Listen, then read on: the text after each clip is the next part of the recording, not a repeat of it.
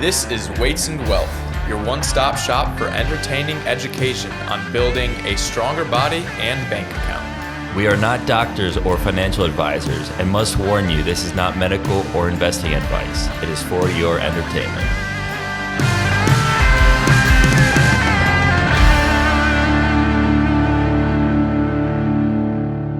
Welcome back to another episode of Weights and Wealth, and happy Thanksgiving to everybody. Happy Turkey Day!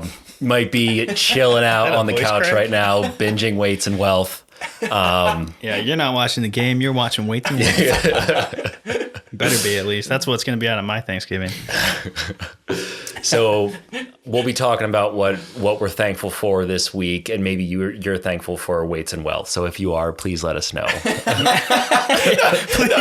That's like a desperate plea for help. Yeah, an affirmation. That's This half is of more our trying to get some engagement. that's half our Instagram marketing strategy is pity. You know. We'll be going into a little more than just what we're thankful for. So we're trying to make it an interesting episode and not just, we're thankful for this, we're thankful for that. Yeah. So we're going to be addressing all 5 Fs, maybe the 6th F a little bit. But we've also got some other, we've also got some no not that F, not that one, we are sober for this episode, just in case there was any confusion. But we're also going to be talking about government reliance in the intro article for a quick bit after a quick announcement. Well, our shout outs are to our families. Yes. So we just want to say, we're very grateful for our families. Nick, like both of us, we have been very blessed. Ted, you as well. I'm very grateful for, my son and my wife, and, it's been wonderful. But Ted has some really big news that he'd like to share. Big news for the pod. Alex and I are pregnant, and she, at the time of Thanksgiving, will be about, when you're listening to this episode, about 20 weeks along.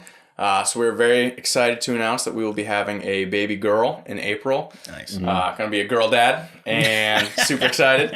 Why are you laughing?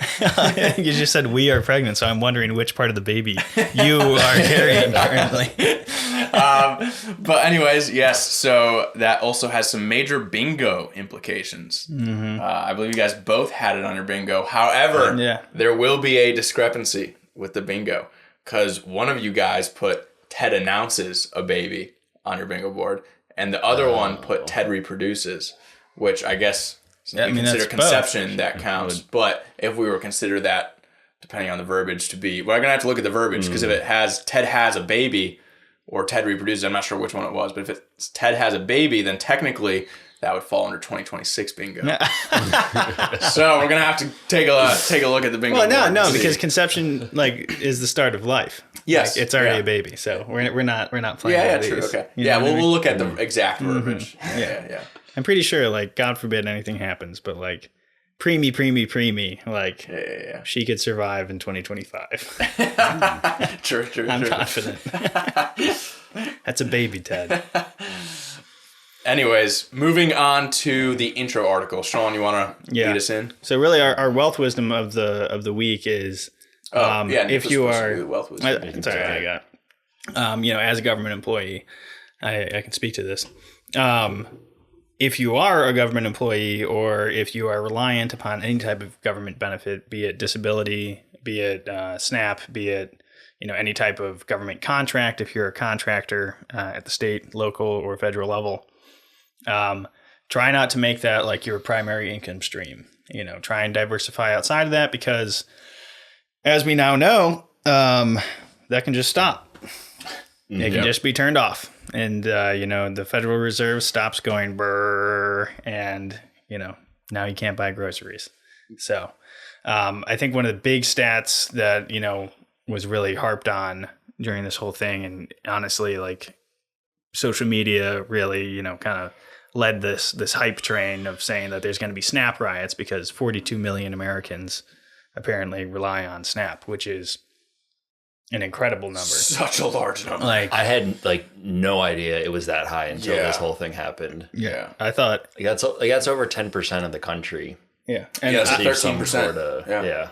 And I would be curious, because as part of the media coverage of this, the SNAP benefits being cut off is they would interview people, you know, who, to put it diplomatically, were in no danger of starving to death.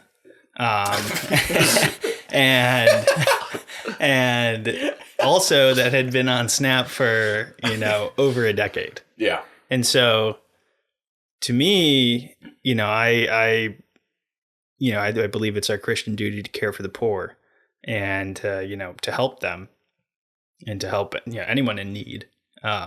And yes, private charity should do that, but also, you know, I think as a good government should provide for the poor. It's part of your duty as, you know, as the state. Mm-hmm. Is like there are people who will not, you know, fit into a private charity of some type, and people need to be cared for. Should we allow people to stay on it for a decade plus? Maybe, if you're like totally disabled and can't work, or if you're a caretaker for, you know, 5 elderly parents or something, you know, mm-hmm. like some crazy circumstance. Yes, I think that should exist. But there's a lot of people that, you know, are on SNAP that I don't think necessarily need to be. Interesting thing about that last point.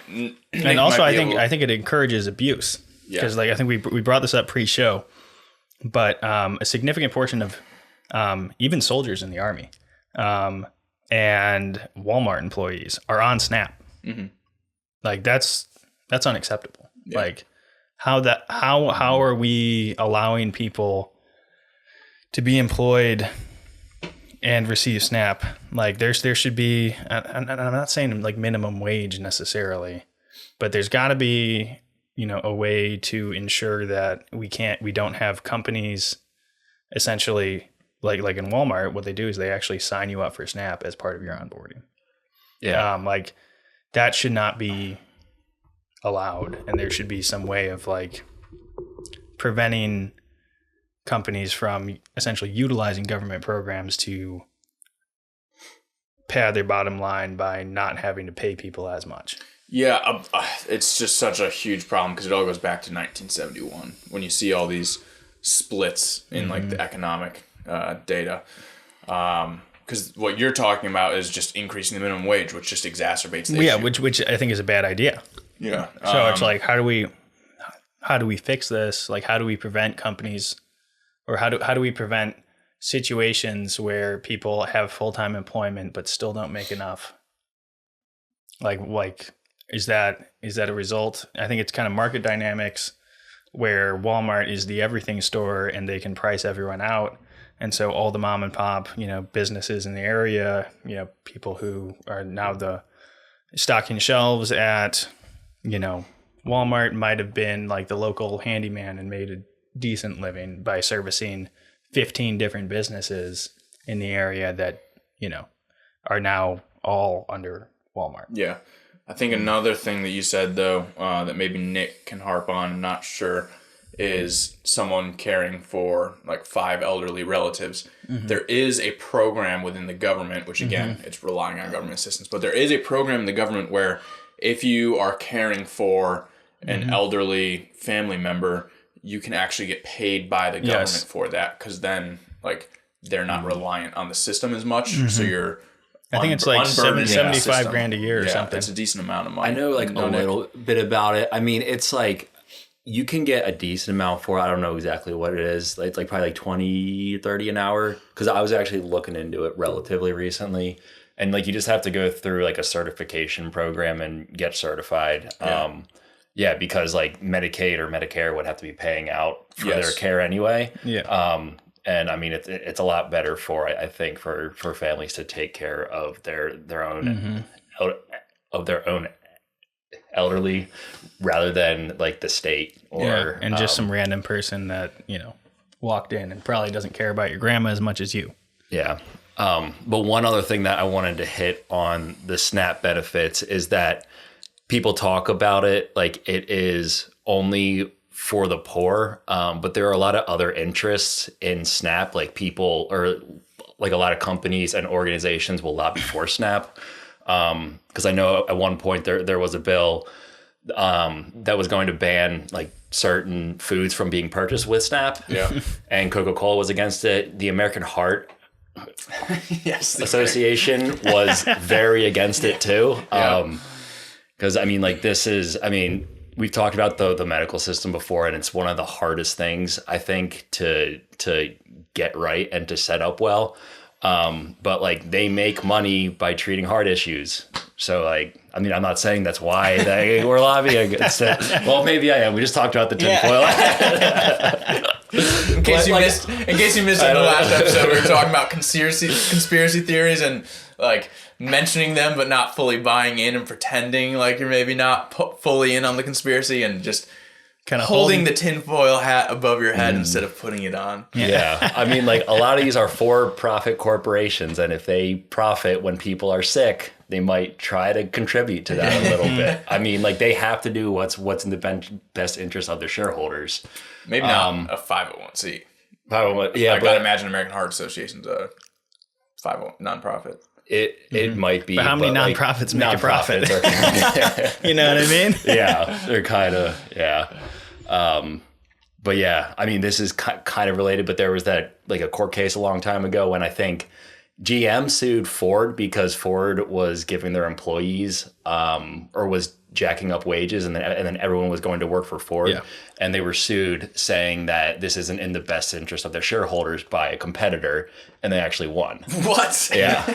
That was back in like the 30s or something. Yeah. No way. Yeah. It was that is one of the core issues with having a system where the company has to do what's in the best interest of their shareholders and has to constantly increase the bottom line. I think it's back when like Ford was, I think they might have been private back then, but you know, like Henry Ford was still running it. And I've seen people like post about this particular court case and stuff. And I think Ford was like paying like his average worker like the equivalent of today, like $100 an hour.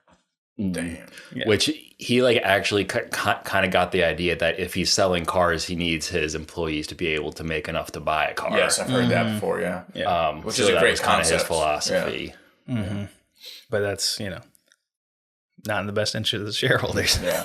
Well, it's also interesting because people mention Ford as one of those kind of robber baron types, but he was actually paying his employees extremely well. Yeah, I would say Ford, like for all his actual faults, I'm sure he's human. He had plenty.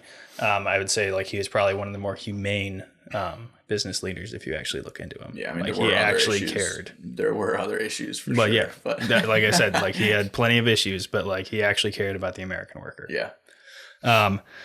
So things we're thankful for. I'm personally thankful that I'm not, you know, dependent on government benefits at the moment. I might be. We want to start economics, we want to start finances, or we want to start faith? Let's start with faith. Okay.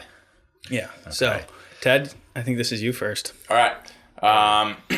Well, one of mine was in reply to Nick, so I'll wait until he goes. Nick, why don't you start? So I said that anyone can become Catholic. I was kind of talking about Christian in general. So I said Catholic. Anyone can become Protestant. Yeah. Well, this is something that we were talking about in our Bible study recently. Also, anyone can become Catholic. Because but no. You know, the original.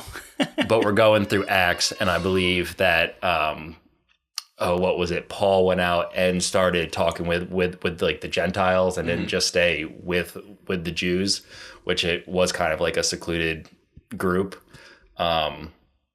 So I like that's what kind of gave rise, I think, to everybody can become a Christian. Yeah. Mm-hmm. So that's kind of why that's what inspired me to put that. Yeah. But that, and then also the belief in forgiveness, that's a huge thing.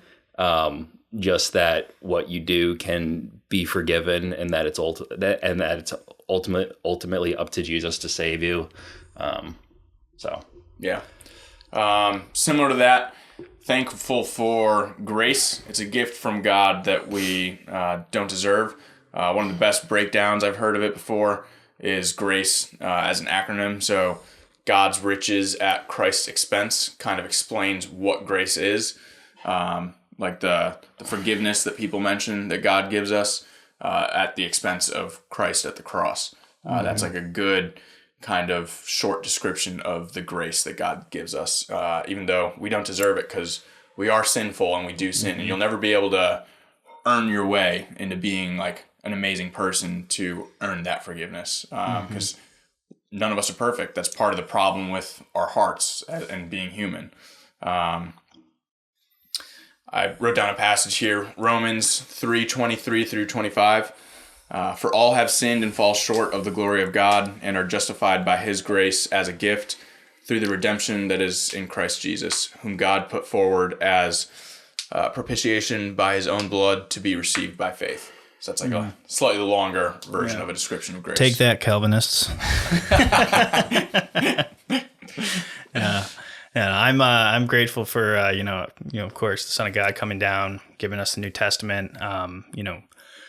Reading, like when you actually sit down and read the Bible, it's actually a great story. Like I highly recommend people to actually read the Bible, because it's not like, maybe you're in church and you kind of like doze off because you've been there for an hour and you're tired or you get distracted. Like for me, like my son is playing with his dinosaur or something and I'm trying to make sure he doesn't like bonk the lady in front of us.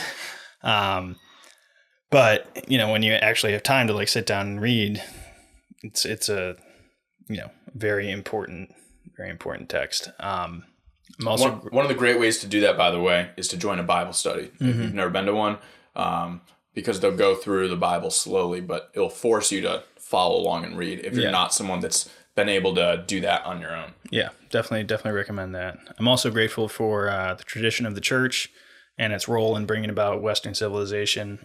That's, I think, greatly underappreciated today, is that I wouldn't say the modern world is a direct result of, Christianity and, and the Catholic Church, like kind of, I guess, forcing the modernization and like civilization of Europe.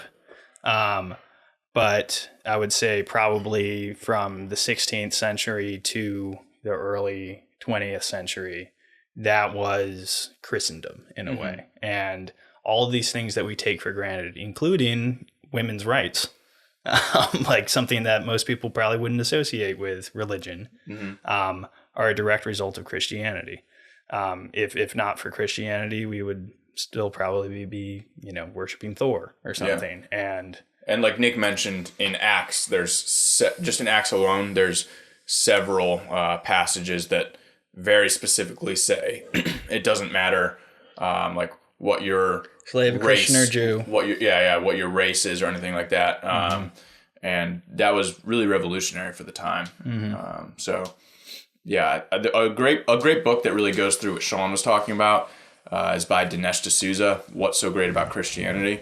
It's like a 200-page book, and a large portion of it goes through how everything with the development of Western civilization is owed to Christianity and what the roots of all of those different things are. Yeah. Also, just for everyone's information, Saint Gall is the patron saint of turkeys. So he gained that reputation. He's really like the patron saint of birds in general, and therefore is the patron saint of turkeys. But he performed an exorcism in like the 8th century, and the demon took physical form as a bird and flew out of the woman's mouth.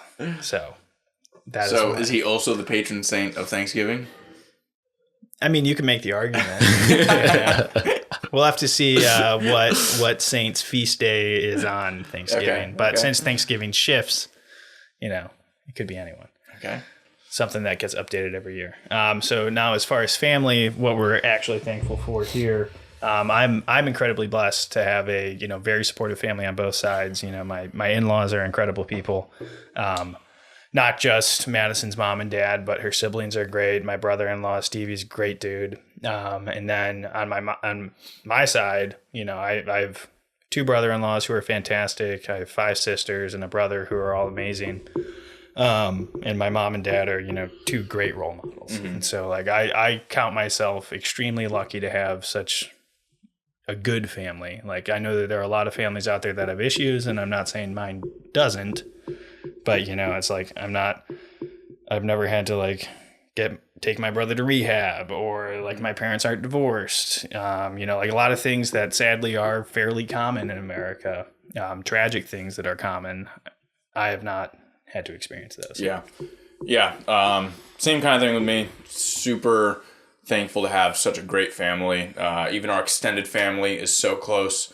On my dad's side, we grew up where our cousins are basically like our siblings. We all essentially grew up in the same neighborhood. And the rest of our extended family, second cousins, aunts, uncles, grandparents, within a half hour, so many of them. So really grew up.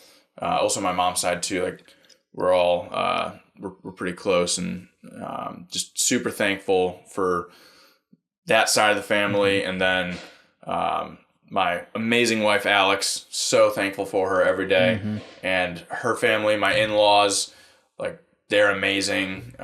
They come over for holidays to my parents' house. Like the parents and the in-laws get along great, which isn't the case for a lot of people. So super grateful for all of that. And then life is such a gift, and Alex and I are just so thankful and so blessed to be having a baby. Real quick before Nick goes, can you leak any names? Not going to do that. I could, but not going to. Not going to.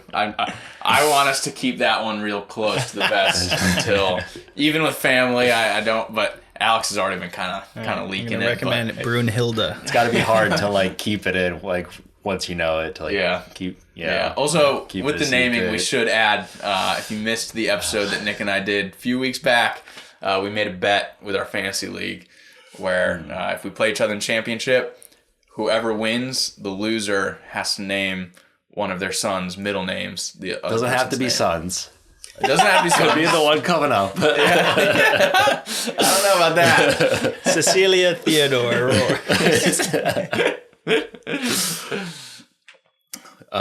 Okay, yeah. I mean, very similar to what Sean and Ted have said. Very, very thankful for parents who are still together. They raised me with good values, cared about my development. And one thing that has kind of opened my eyes to how good I had it recently is that Erin, my girlfriend, is a pediatrician or trained to be one. So she works with like a lot of kids, and a lot of the stories that she tells me are just absolutely tragic. Like a lot like child abuse and like just people just not taking care of their kids. And like it's absolutely horrible. But it does like it kind of made me realize about how good that I actually have it. Or had it. And I just, last thing I'll say on this is that like I always wanted to be, a dad. Like I knew it was something like I always aspired to and stuff. And I was like, wow, I can't wait to have my own family. But like you truly cannot comprehend. Like Killian is 1.5, and me and Madison are 2.5 years into marriage. And just being married to such an amazing woman, and then having this little guy who's so much fun. Like you'll get to experience it soon. You'll get to experience it soon. Maybe a little later. But like when the baby comes, like it's amazing. Like they're so cute, so delicate and stuff. But then, they start moving and they start having a personality, and they like start, I don't know, like interacting with you in certain ways, or like getting a sense of humor. And like, I don't know if I've told this on the podcast, I might have. But like, I think Killian is already, and like, this was like right before his first birthday, we were in, Vienna, and like he was tossing and turning in bed and, kind of yelping and stuff like as babies do. And then he stretches out, kind of puts his arms over his head and farts, and then just rolls over and falls asleep. Just like his dad. And it's like, and me and Madison just start laughing because it was just so funny. And then he starts laughing too. Like he starts thinking it's funny. And then he gets up, rolls over again, like lands his butt on Madison's face and farts again. And then starts like, he just starts cracking up like by himself. Like he's like, I'm the funniest guy in the world. I just farted on my mom. He wasn't even one. It's like, it's really a blessing. And you're like, these are the things that I think make life, all worth it, because it's like, wow, like I've done some pretty cool things in my life, but like it's those little things. Like I'm going to probably tell that story when he gets married. You know, it's like those are what make, you know, everything worth it. So, but moving on to freedom, the third F, I'm very grateful for having had the opportunity to, you know, serve my country as an infantryman, you know, being the Army man in the Army, you know, like I joined up to do Army things. And so I chose the infantry, and, you know, it's had its ups and downs, but it's provided me with incredible opportunities. And, you know, even though I am leaving the Army soon, I'll miss it, you know, no matter what. And, you know, God forbid a war comes, but I know which branch I'm joining when I go back. I'm thankful for freedom to practice religion, relatively unrestricted, and freedom of speech, and all the freedoms that the Bill of Rights clarifies that God gave us. Biggest battle I've had with that was almost getting thrown out of the Army for staying strong in my convictions, with freedom to practice my religion. Since been vindicated and shown that I was correct and not in the wrong. But super thankful that we live in such a place where that's the biggest battle I've had for my freedom of religion. When you see around the world what's happening in Nigeria or the Middle East to Christians, you know, they go through so much more to practice their faith than anything that I or we have had to deal with here. So just super grateful for that freedom. Yeah. Like the biggest thing for me is just that I don't really live in fear of anything on like a day-to-day basis. I mean, like there are, like, I'm not worried about like a foreign government or army coming into like the US and like attacking us. Like that's not like that in many places around the world. Yeah. I don't have to worry about like about being Catholic. I don't have to worry about what I say and being arrested for it. Shout out England. Yeah, just like all these things. I will say that like, is one. No, never mind. Go. I mean, that's most of it. Just that I don't have fear of like the government like bringing trumped up charges on me or anything. Yeah. As far as fitness, I'll start it off again, I guess. I'm very grateful to have, I would say, a relatively durable body. Ted has had far more injuries than me, so I've been very lucky. This year, though, I have, I don't know whether it's turning 27 or hitting 4 years in the Army, but like things have just started piling up, and you know, I've had some issues. I haven't been able to squat in like 2 months, which sucks. But, you know, I feel like I am very, very lucky to have already, you know, put enough in the bank essentially that this is not really a big setback. Yeah. It's like, okay, you know, like I can't squat or deadlift right now, but I can still do hamstring curls, leg extensions, Bulgarian splits. So it's like, I'm not necessarily losing anything, but I'm not going to be making a ton of progress. Yeah. So I'm very grateful that I, you know, have gotten to this point already, and that when I do have, you know, issues like this, like I don't think I've really ever been injured other than like my shoulder early in college, which was 8 years ago, was like my last significant injury that like took me out of a particular type of training. I never stopped training, but some type of training. So if I can go 8 years without an injury, that would be great. I'll take that anytime. So I'm very grateful that I have a fairly durable suit. I feel attacked.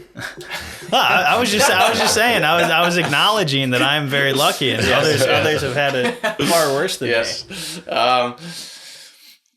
My bones are not made of glass, and my skin is not made of paper. But sometimes it seems like it might be paper mache. Construction paper. It's a great time to be alive, where you can go to any gym nearby and there's barbells and dumbbells and machines and all this specialized equipment to make fitness so easy and make it so easy to build muscle. We just have, compared to other times in history, it's just so easy to like really be in charge of like your own fitness. Yeah. So I'm thankful for the dumbbells and the barbells. I'm thankful to not have any chronic health issues. And then also just having like a natural draw towards fitness, because while there are barbells and dumbbells everywhere, there's also like the opportunity to just sit inside all day and look at a screen and just be content that way. It's true. Guns don't kill people and barbells don't build muscle. You have to use it. Right. Be kind of sick though if it did work. You just go like lay there and like osmosis. But yes, just to have like a natural draw towards it, because also with the food, like you do really have to pay attention to what you're eating, whereas you didn't have to do that many years ago. So I guess just having that as one of my interests, give and take. I mean, do you think maybe like, so this is something that I think people have discussed, and I think it might be borne out like statistically, but like Gen Z and millennials are like more health conscious. Yep. Drink less alcohol. Like all that stuff. Do you guys think that is in some way related to the health of the food supply? Yeah, I think so. I think a big part of it is in the early to mid 2000s, you saw a big increase in the interest and marketing of like holistic health and organic foods and all this stuff, because people started to realize that there is a big difference because the food supply had been essentially contaminated. Yeah. So with our generation, I think that's part of why you see that, is because as we came up through the early mid 2000s as kids, a lot of parents started paying more attention to that since it was in the zeitgeist for the first time. Yeah. So I think that's part of why you see that. We were kind of raised as that started to become a thing. And kids are very influential. And yeah, there's just a lot more access to information now. So a lot of these things are easier to spread. And I think people are kind of good at like kind of figuring out what is actually good in like that sense. Yeah. And I know also something with like electronics and phones. I mean, most people that I talk to my age are very talk about being anti that when it comes to their kids, because I think that they realize the harm that it's done to them and like their younger siblings. Yeah, especially our younger siblings, and don't want that for their own kids. Yeah, and I know that Killian's he's probably gonna get a flip phone. The flip phones are making a comeback when he is 14. Yeah, because really you don't need one. Yeah, like I was fine. You'll be fine. Like I would argue that you do probably need a smartphone for pretty much any type of modern employment. Yeah. Like if you are working a job that isn't digging ditches, you probably need a smartphone of some type, even if you're like a union guy, because, you're probably clocking in on your phone, stuff like that, at like a more modern manufacturing type job. But, and like that was kind of one thing that I was like, maybe I'll be able to get rid of my smartphone when I get out of the Army. No. It's like I won't need it. But no, I will probably need it even more. So that's somewhat frustrating, but it is what it is. Yeah. Moving on into jobs and finance and stuff like that. Ted, if you want to take us off here. Sure. I'm really thankful that I happen to be born in America, where it's very easy to chart your own path economically. We do talk a lot on the show about how things have changed and how affordability is in a really bad spot right now, and a lot of the economic issues. We're dooming. Yeah. But that being said, compared to other places in the world, America is still where it's easiest to change your circumstances. Yeah. Might have gotten the short end of the stick, but at least you still got a stick. That's kind of how you got to look at it. Yeah. Some people don't even get sticks. I am very grateful to be, if we're talking about finance here, is debt free and not living paycheck to paycheck. Like knowing that I can put some aside, that gives me the ability to like save and invest and like make good financial decisions that will set me up down the road. maxing out my Roth or something like that. I think that is one of the biggest things like that I've noticed is like I finally became, debt free last summer. So like I'm just over a year of like not having any more loans to pay, and just the difference that makes night and day. Like I don't know did you have any loans from Dayton? Yeah, you had zero, right? No debt. Did you have any? Yeah, so we just talked about this a good bit on one of the episodes in Charleston. And yeah, just like the weight that debt kind of has on you, knowing that payment comes up every single month. Because even if like you're laid off, like those payments still have to be made. I mean, you do still have to pay rent, but just having rent as your only fixed cost is very freeing. Which I'm not quite there yet. I'm getting there. I'm very close. It's tough to pay off loans that are 4% interest, though. Like, actually, I have the most debt out of all of us. I have. Count someone else is paying that. Part of it. Most of it. 90%. But yeah, like not living paycheck to paycheck. Like I would imagine that would be so stressful. I mean, when I first graduated college, it was like kind of close. And yeah, it's just very stressful. Now it's, it's more how much can I invest every month and save for my goals. And then I was also very blessed that my parents paid for most of my college. I mean, that's a huge leg up to start life with. Like having, not free college. I still had to take out a decent amount of loans, but it was largely paid for. You didn't want to sell your soul to the U.S. government like us? I thought about it. Remember I was talking with you about that freshman year? So many times. Everybody talks about it. Not just freshman year. There were multiple times every year. It's never too late, Nick. There were multiple times every year that Nick was like going to a Marine recruiter to like potentially join. But it wasn't his path, but it's okay. Which, looking back, I think I am happy that I didn't go that route. It definitely has its benefits. But I don't know. I do like my job a lot. So.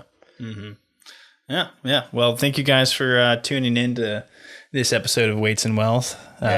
Give us a shout about what you're thankful for, and might be Weights and Wealth. We appreciate that. If you are thankful for Weights and Wealth, I think somebody out there is. Please spread the show with friends and family, anyone that you think would enjoy it, and make sure you're subscribed and giving 5-star reviews. We appreciate it a lot. DM us and we will send you a hard drive with raw cuts that you can just plug into the TV. Put that on at Thanksgiving.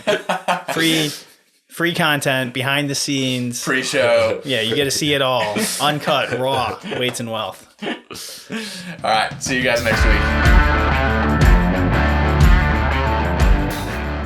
Thanks for joining us today at Weights and Wealth. And don't forget to apply today's lessons to live healthy and wealthy. If this conversation will contribute to your fitness and financial gains, please share it with a friend or family member and give a 5-star review so more people can lift bigger weights and get bigger bank accounts.